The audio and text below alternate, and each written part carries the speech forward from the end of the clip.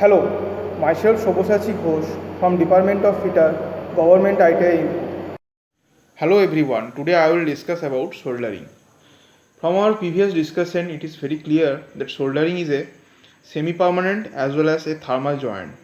Means if we want to disassemble a soldered joint, then we lost the joint, but the base metal remain unchanged, or it will be as it was before the joint. So soldering is the process of joining two or more than two parts by solder. Soldering is a method of uniting two or more than two pieces of metal by means of a fusible alloy or metal called solder, that is applied on molten state. Which is solder? Solder is the filler metal that is used for the soldering process. Solder is a mixture of different metals, so it is basically an alloy. Solder is generally made up of lead and tin.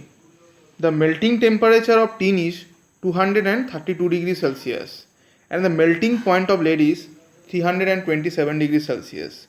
But when these two metals are combined with each other, solder is formed. And surprisingly, the melting point of solder is different from its parent metal, that is 205 degrees Celsius. Solder is used to join thin sheets and thin wire. Now we look into its type. Solder is basically of two types. The first type is the soft solder and the second type is hard solder. First we look into the soft solder. Soft solder is extensively used in sheet metal work for joining different parts like thin sheets, wire, etc., which cannot either withstand with high temperature or withstand with any type of force or load. Soft soldering is also used for the soldering of small parts and wires, joint, etc. In case of soft soldering, solder are mostly composed of lead and tin, having the melting point of 150 degrees Celsius to 300 degrees Celsius. But if bismuth and antimony is added with it, the melting point gets decreased to 96 degrees Celsius. A suitable flux is always used for the soft soldering to prevent oxidation of the surface to be soldered, to dissolve oxides that are present on the metal surface during the heating process. Some commonly used fluxes are zinc chloride, resin, hydrochloric acid or muriatic acid, tallow, salt ammonic, etc. Zinc chloride is mostly used soldering flux, but it is corrosive in nature. Resin is non-corrosive but does not have cleaning properties like zinc chloride. A blowtorch or soldering iron is used for heating base metal and melting the solder and the flux. Now we look into the hard solder.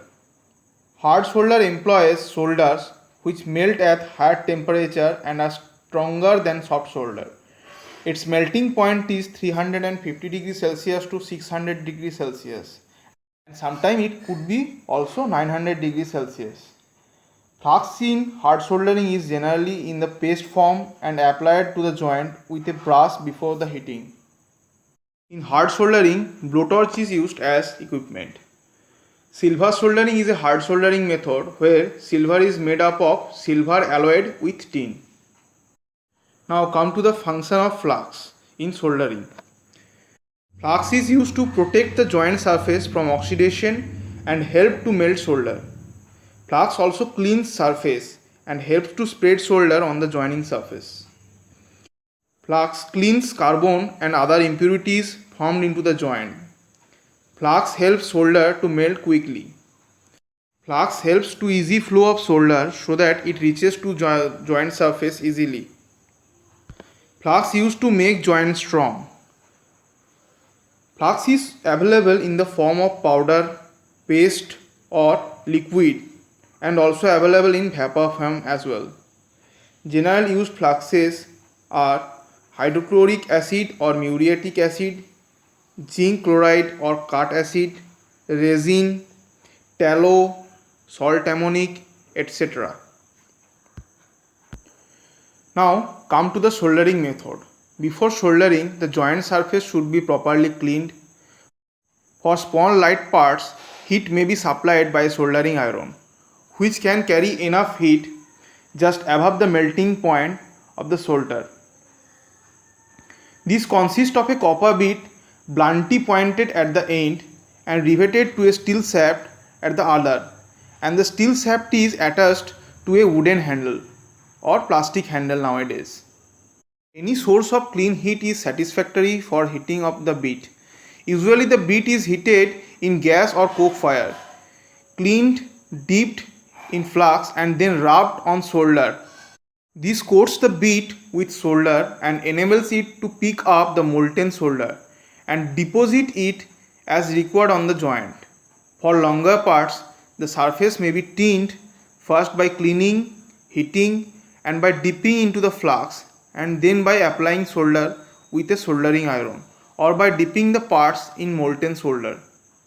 The parts may then be assembled and heated together until the solder melts. Based on the purpose, solder may be of different composition. Like for soft solder, the composition of solder will be 37% lead and 63% tin. For medium solder, it will be 50% lead and 50% tin. Now, for plumber's solder, 70% lead and 30% tin is used. And for electrician solder, lead is 58% and tin is 42% in total composition. So, this was the basic outline of soldering process. Hope you can understand the total process. In the next video, we will discuss about brazing process. Thanks for watching. Have a nice day.